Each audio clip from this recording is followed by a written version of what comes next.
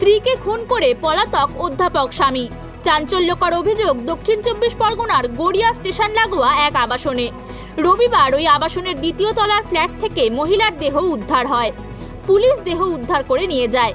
মৃতার নাম এনাক্ষী দাস, স্বামী সৌমিক দাস। স্থানীয় সূত্রে খবর, ঘটনার সময় পাশের ঘরে ঘুমিয়েছিল দম্পতির 8 বছরের অসুস্থ ছেলে।